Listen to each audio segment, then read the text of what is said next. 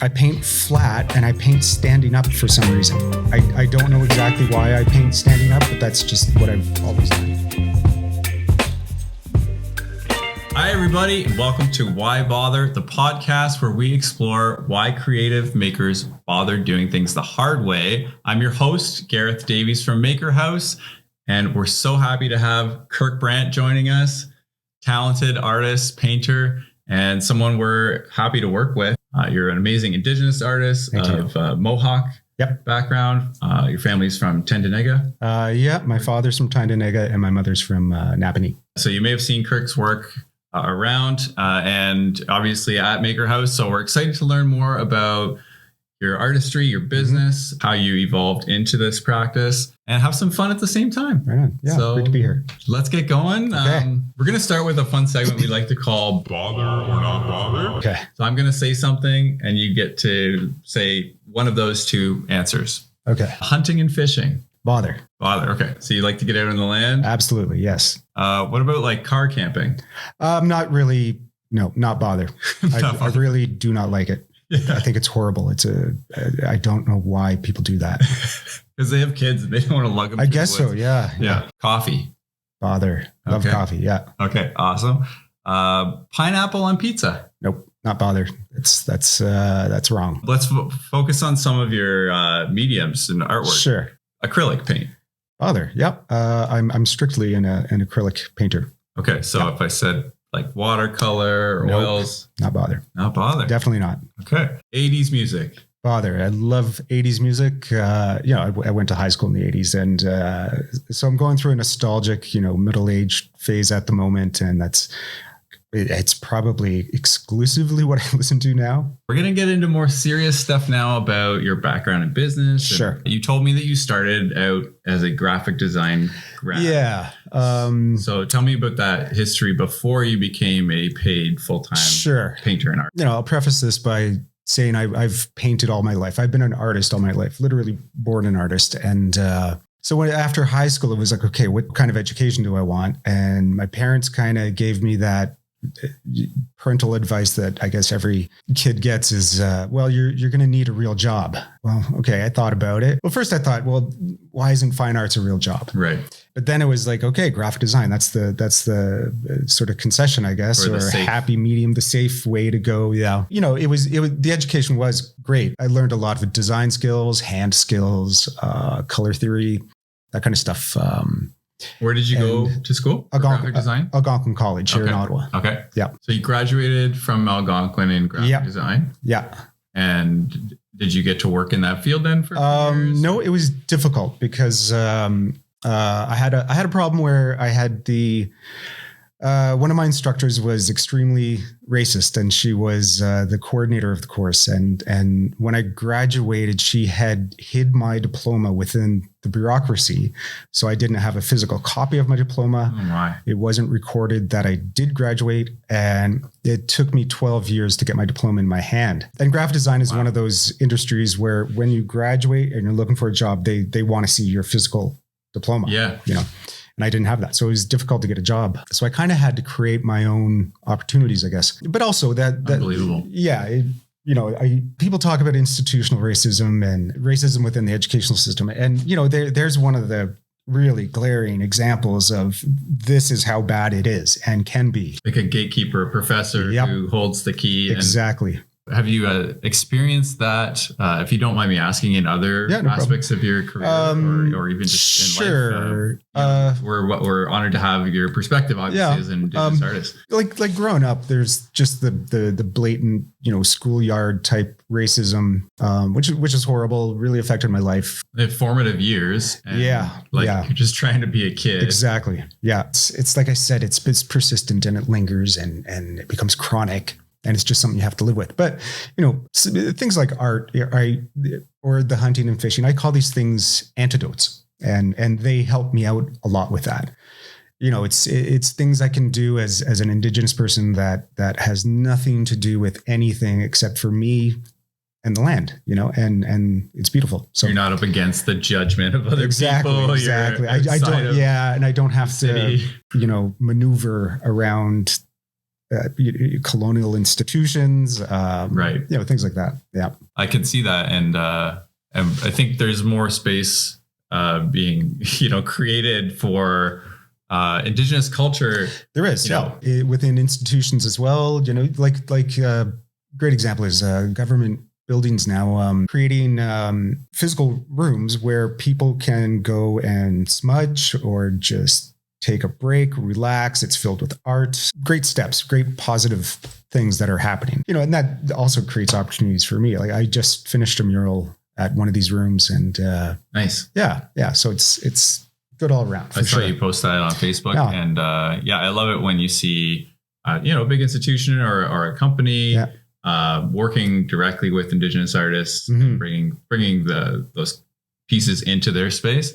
A lot of the human connection or connection with nature, right, that is really built into, I find, Indigenous cultures. Absolutely, from what I've gathered. Yep. So I think there's a lot of trying to grasp at that when they are bringing your artwork into that space. Yep. They're gaining that benefit, and really an antidote. I love that word. To some of that cold capitalist nature that we kind of live in. Absolutely. Something specific in your business that you do, or even a choice you make to do something the hard way. Well, I don't know exactly why I never accessed the granting system, but I know other artists who have, and they've had great success through it. Right. And I kind of look back and I would have benefited amazingly from it, but I never did it. I guess it was I had this kind of thing where, well, I'm going to do it all on my own. Right. I don't need support. It's one of those things in hindsight that I regret, I guess. And, I still can access the granting system. And it's kind of funny because Canada Council, they know about me. I've had meetings with them and they're like, apply for anything. We'll fund you. Right. And I just never have. I think it's one of those things. I'm too busy painting. I don't have enough time to write a proposal. That's an interesting take because I'm not an artist, so I haven't thought through the avenues. So you've got grant proposals. That's public funding usually. Sometimes it's just through nonprofits or other agencies. Then you've got private, obviously, buyers of artwork. Yep. Are there any other streams that you've worked into your? Most of my sales are really from word of mouth. I do have, I have a Facebook page. I do not have a website. I have a website that is kind of on the shelf at the moment. Okay. Well, I guess the point of a website is to get more work and sales. Right. If you're already busy, that's good. Exactly. Yes. That slot has already been filled. So it's you don't need to advertise. I don't need. Yeah. That's a good problem to have. And I guess so. Yeah. It doesn't happen overnight. You've been at this for some time and many years, that word of mouth. So good for you. And for other artists out there, it's probably a good tip for them to look at the grant applications that might be available. I would encourage that. Yes, for sure. I wouldn't mind unpacking your hesitance to apply for grants, because I'm curious if part of that, you did say, it's you wanted to do it yourself. Was part of that also you didn't want to buy into the institutions that absolutely were prejudiced against you? Oh yeah. Well, it's like the Canada Council that I mentioned. It's a government organization, and we have a healthy distrust of the government. And that you get a Canada Council grant, and then whatever you produce has the Canada Council logo slapped on it. And that kind of rubbed me the wrong way, I guess. Some things are worth more than money, I guess. And my peace of mind that I didn't access a government institution to fund my art is it's worthwhile, but again, the support would have been good too. It doesn't surprise me that many Indigenous artists would feel that friction in working with institutions that have historically oppressed their communities. Exactly. Even in connecting with Indigenous artists for Maker House as a white settler business owner, we try to connect with as many as possible. But I've sensed a bit of hesitance for good reason. Like you said, it's a healthy distrust really of the system or white colonial structures. Sure. Yeah, for sure. But then again, as soon as you put paint to canvas, you are kind of stepping outside of, let's say, a traditional way of living or life, I guess. And you are stepping into everything that isn't that, which does involve racism, colonialism, institutional organizations, and that kind of stuff, but I guess that's all I have to say. By the way, thank you for unpacking all of that. Oh yeah, no problem. Really appreciate it. So we're going to do something now we call the cost of convenience. Mm-hmm. And that is thinking of a shortcut or something that people do to save time or money. And it could be something that you've done to save time or money. Oh, sure. Well, a big one is I buy pre-stretched canvases, and I used to stretch my own canvases, and the convenience is great. That's all I can say, because I'd spend like 2 days stretching a canvas, and I really enjoyed that process because you get to work with your hands, and you're putting your time and effort into the medium itself, which I really appreciated. I was thinking old school. Yeah. Getting into the actual physical material of what you're working with, and it's quality control as well. The quality that is there, and I've known artists that they'll buy a pre-stretched canvas, and I had one person tell me that they got home with the canvas and they touched it and their finger went right through the canvas, and they took it back and they're like, look at this, like, yeah. So if you're stretching your own canvas, you're not going to have those issues. Yeah. That's awesome. Good for you to have done that. And I guess it's a natural progression to buy pre-stretched, because I can't imagine customers want to pay the time it takes. Right. For you to stretch your own canvas. Yeah. And when you're busy, it's the convenience is great for sure. Yeah. Awesome. Well, thank you so much. We're excited to keep chatting. We're going to take a really quick break. Okay. And thank you everybody for watching and listening. This is Why Bother, the podcast where we explore why creative makers like Kirk bother doing things the hard way. Stay tuned. We'll be right back.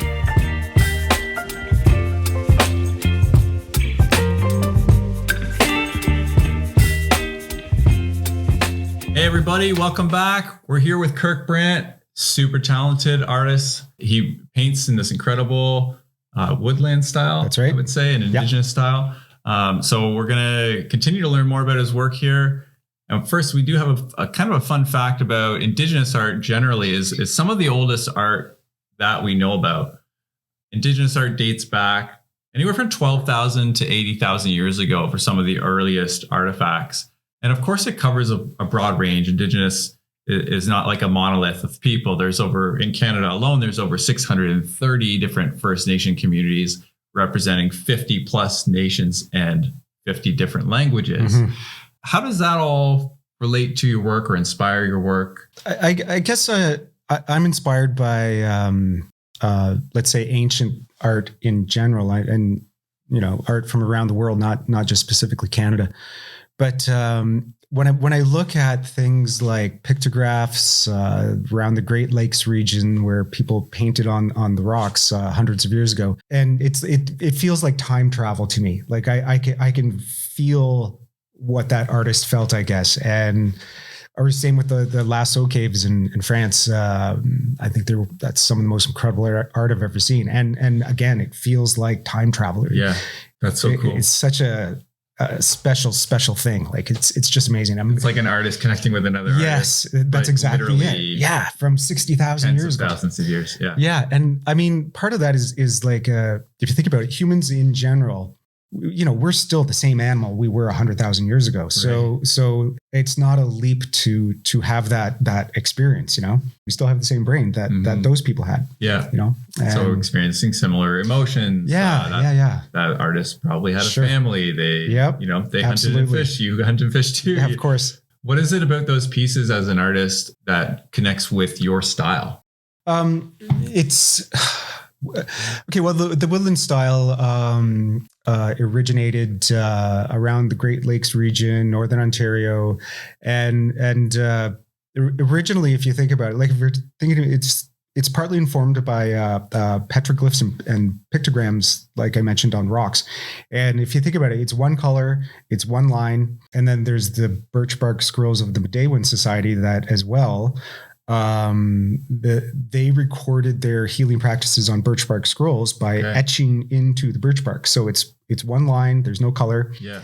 And that is kind of what really informs the Woodland style is this, if you remove color, you still have the Woodland style. And I guess that's the point. You'll always see thick black lines in the Woodland style, even though it's full of color.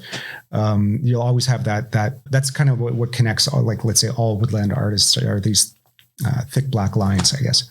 Something that happened in modern times was the addition of color. So it's kind of funny. People always ask me what my favorite colors. I wouldn't say I have a favorite color, but they're like, well, your work's so colorful. And it's like, yeah, it is. But it doesn't mean anything. It doesn't really have anything to do with the Woodland style. The substance is more of a... Exactly. It's the lines. It's the line form. Yeah. I'm going to hold up one of your pieces for people who are watching. And for those of you listening, you can check this out on our website at makerhouse.com or Kirk's Facebook page. Just look him up on Facebook, Kirk Brant, and you'll see this particular piece is called Landscape at Dusk. And where is this scene? Because we're looking at, for people listening, there's pine trees on an island. We're looking at a river or a lake of some kind. Lake, yeah. So where is this set? Is this a real place? I wouldn't say it's a real place. It's more of an amalgamation of many places I've been to. But, I have this connection to the land that, that's kind of my primary influence within my art is the land itself. And I think with many other Indigenous artists, you can't escape that. We love the land so much, and I find it infinitely inspiring. So there's places, my home community is Tyendinaga, and it's on Lake Ontario, Bay of Quinte. So it's water. Like I said, I'm a fisherman, so I'm always on the water. And it's my childhood. It's my, currently I'll probably be on the water today at some point. It's your happy place. Yeah, it's my happy place. Yeah. So, you see the islands and the trees and it's something that I'm always thinking about, even like when I go to sleep to help me fall asleep, I just think of myself on a boat. Nice. Yeah. Amazing. Yep. What kind of is your process of deciding what to paint? My art is kind of seasonal. It's kind of funny because I paint what I know.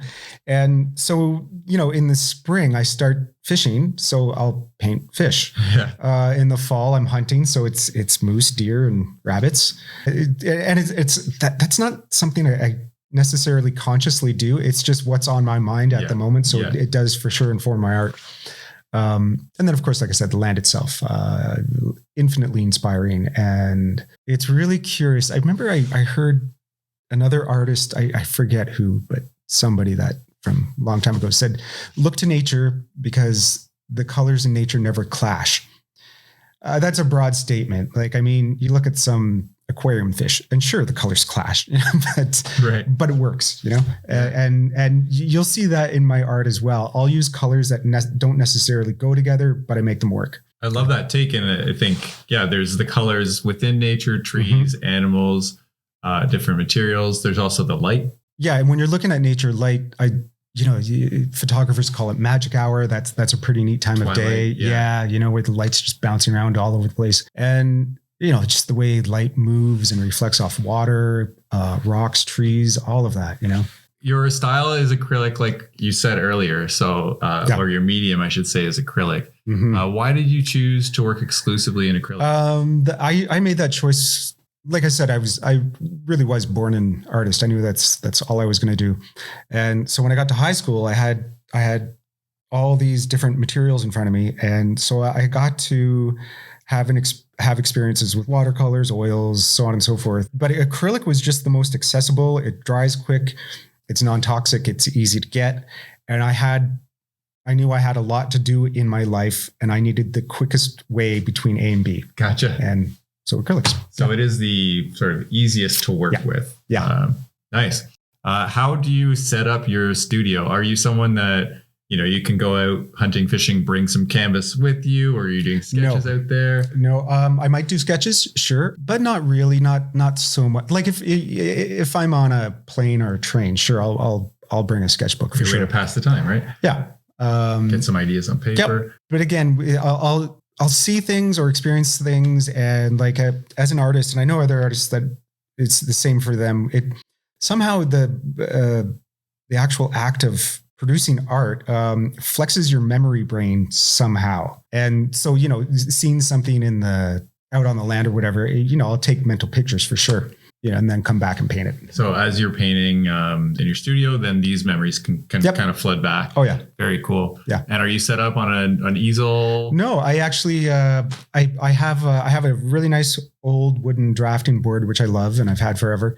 I paint flat and I paint standing up for some reason. I don't know exactly why I paint standing up, but that's just what I've always done. And I have cabinets for my paints on either side of my table. And I have this wonderful vestibule kind of scenario in my living room where a large front window with 2 side windows and my table just fits perfectly in there. So I've got the natural light and it's just amazing. All right. Shifting gears. A lot of people have little tips about like life hacks, things that they do, whether it's, to be a bit more efficient or faster or something, or for health reasons. What would be a life hack you'd like to share with us today? Well, it's something that I actually talk about a lot. I kind of have chronic pain, and things like the medications for chronic pain are horrible. They'll wreck your stomach. They'll mess with your head. And so you can get addicted to them. Sure. Yeah. And I don't like that at all. But I found out that quite a while ago, turmeric.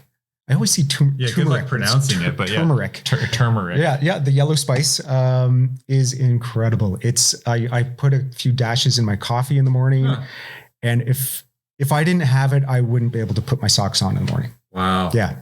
That's amazing and all natural. Yeah. So it's just a little bit of just a couple of dashes. Coffee. Yeah. Amazing. And again, obviously this isn't like professional medical advice. Nope. Seek your own doctor and advice, but it is great to hear other people's experiences. And you're not the first person. And I think we all have heard that turmeric has natural health benefits. Yeah. So that's great. I'm happy it's working for you. You've actually experienced a lot of health issues through COVID. Yep. I don't know if you want to talk about that. You were one of the first people I know who had COVID before it was even a thing. Yeah. And then you had long COVID as well. Yeah. Yeah. I had just got back from Mexico, and COVID apparently wasn't in Canada yet, or especially Ottawa. So I think I may have been the first person in Ottawa to have it. But anyways, and then I got long COVID that lasted 2.5 years, and I didn't do any art within that time. I couldn't. The brain fog is, people say brain fog, but it's more than that. I couldn't read for a while, for quite a few months, like literally couldn't read. Wow. And and you forget words. And at some points I was like slurring my speech. My wife had to check to see if I was having a stroke. Oh my gosh. And it looks like Parkinson's. There's so much nerve damage that happens that you can't stop shaking, and there's nothing doctors can do for you. So it was scary. It was, I got over it after 2.5 years, pretty dramatically actually. And, but I still have lingering issues that I have to deal with, pretty much on a daily level. So sorry. And what an unreal experience. You'd never expect. Exactly. And I didn't know if my art was going to come back, cause I not only couldn't physically do it, but I couldn't think about it. I'm so glad that you've mostly come out the other side of it. Oh yeah. Yeah. And it feels, just getting back to art was just, it's like stepping outside in spring and you're getting that first blast of fresh air, and you can feel it in your soul. And it felt like that. It was really quite the experience. Yeah. So you've been back at your artwork for more than a year and a half. Yeah. Yep. So we're all excited about that and just happy to see you doing better. And you're really open about sharing that journey too. And I'm sure that's helpful to other people. Just as you've been open about sharing your experiences as an artist or an Indigenous person, the long COVID thing it could probably be very isolating, right? It really is. And I'm part of a Facebook group. It's a Facebook long haul support group that helped me out a lot. And I'm still a part, even though I kind of want to put it in my rear view mirror. I'm helping people. Well, thank you for sharing that. And also your health tip about turmeric. Yeah.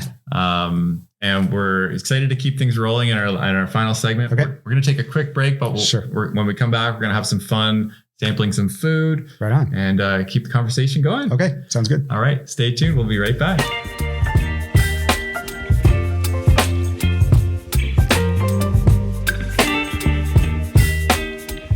Hey, everybody. Welcome back to Why Bother, the podcast where we explore why creative makers bother doing things the hard way. We're so honored to have our guest, Kirk Brant, super talented artist. And we're going to get back into some business questions. But first, for this final segment, we're actually going to do some fun food sampling right now. Sounds good.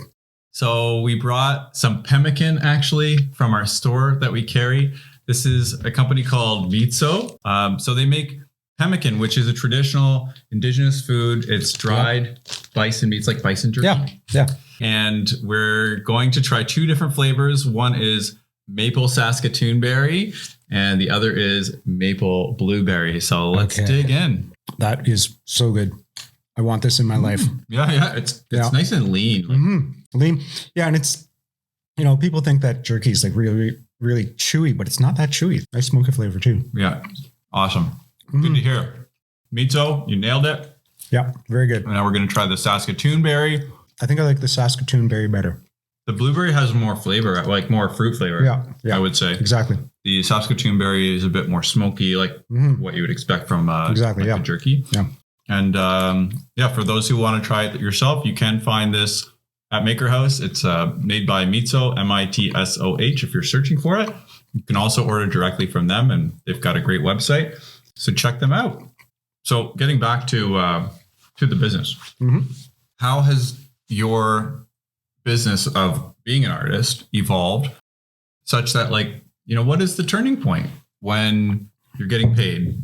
Well, I would say I started working professionally in my teens and before graphic design. And then after that, I still painted, but it was more, at the hobby level, I guess, just because I was trying to start my own graphic design business. But the graphic design world was tough and it's kind of cold. And then I was like, well, my passion's fine arts. So, that's what I am. Let's just do this. And like I said, the word of mouth worked well for me. And I was getting contracts for, a series of limited edition prints. I was selling originals all over the place. Never in the galleries though. I always avoided galleries. And there's a lot of reasons for that. Most of them take up to 50% commissions. Commission. Yeah, I don't appreciate. And I don't appreciate how they would say, okay, we're going to have a themed show. And it's like, well, I don't do themes. So they're giving you artists. Yeah, they're giving me direction that I really didn't appreciate. Yeah. So that was all really organic, direct, word of mouth. Which I imagine is a slower build. Yes, for sure. I'm still kind of like if I went to BC, let's say, I could find a shop that's selling my work right now. So, I have exposure. The word of mouth is how I got that exposure, I guess. I was painting before the internet, so I didn't have that broadcast view of one click to share. Exactly. Yeah. Your latest work. Yeah. So, the digital revolution changed a lot. It even changed like what I produce. I produce my own greeting cards now, which are great. And my prints, which are, I used to do silk screen my own prints. They'd be limited editions. Yeah. And those are really collectible. I don't even have any, but yeah, now it's print on demand, which is great. Back in the day, I used to have to, rent time at a print house, like a large print house that had a web press, and you have to come in and they pull the first few prints off and they color correct and it was a huge production. It was the digital revolution has changed so many things, and it's so the barrier to entry for producing your own cards is just so much lower now. Right. And for anybody like aspiring artists, like my wife, for example, she's a very talented visual artist. And so I'm kind of teaching her the ropes as to how to get greeting cards printed, Right. Because you have to digitize your exactly. original. Yeah, you got to digitize the original, and so when I send it to a printer, they don't have to do anything. You know what I mean? They get a package that is just like, okay, press print. So that's helped out a lot. Awesome. Yeah. Just the digital revolution is fantastic. Yeah. And a shout out to your wife. Yeah. If people want to check her work out. Oh yeah, absolutely. Aurora Finkel. She's also a very talented musician, she's more of a musician than visual artist, but, and you can see her music. Instagram. Her YouTube though is Aurora. She goes by Aurora Jade when it comes to music. Okay. Yeah. But she's doing very well with her visual art. She just got accepted into MASC, which is, representation like within school boards and nice. Yeah. And libraries too. I think I saw she did a huge mural, Thunderbird mural in a local library. Yeah. So it's great to see Aurora gaining steam. Yeah. So is there any tips you can share with aspiring makers or artists? Anything come to mind that you wish you had known sooner? I do a lot of workshops in school. So I talk a lot about the creative process, and something that's worked for me, and it's something that I always pass along to students is sketch all the time. Don't particularly try to sketch something objectively, like, oh, there's a tree, I'm going to sketch a tree. The free form type of sketching where you're just producing lines, it's creating a channel. It's creating communication between your brain and your hand, which is something that is vital. And so I take students through certain exercises that creates that connection. Nice. Because they when they first start out, their brains aren't connecting to their hand. They're just not. Like, I mean, they can pick up a fork and eat, but when it comes to fine arts, it's that communication isn't there yet. And so you have to really, really work at fine tuning that communication. Training those neurons. Exactly. Building up pathways. And, muscles, flexing your artistic muscles. Yeah. Very cool. Great advice. And maybe it's a good segue to, as we wrap things up, where can people find you? Are these workshops something that people can find and take? Well, I like I said, I mostly operated in school boards, and school boards have representatives that would contact me. But I haven't done it since the pandemic, everything's shut down. But yeah, the workshops I give a history of woodland art, and then we all paint a painting together, the students, and I take them through that, and it's great. If someone wanted to pay you to do a workshop, whether they're a school board or not, then they could reach out to you. Yeah, for sure. I have my Facebook profile. It's just Kirk Brant, but I also have a fine arts page, Kirk Brant Fine Arts, and they can reach me there or both. Okay. Yeah. Awesome. So definitely, follow Kirk on Facebook, check out his artwork. Also check out the pieces that we carry at Maker House. You will be inspired and you will feel connected to nature. Yep. Especially if you've listened to the episode here. And thank you all for tuning in. So we look forward to continuing to work with you. Awesome. Yeah. And please do like, subscribe, share so we can grow our podcast audience with you fine folks. And thank you again, Kirk. For sure. Really an honor to have you on the podcast. Oh, it's great being here. Yeah. All right. All right. Take care. See you next time.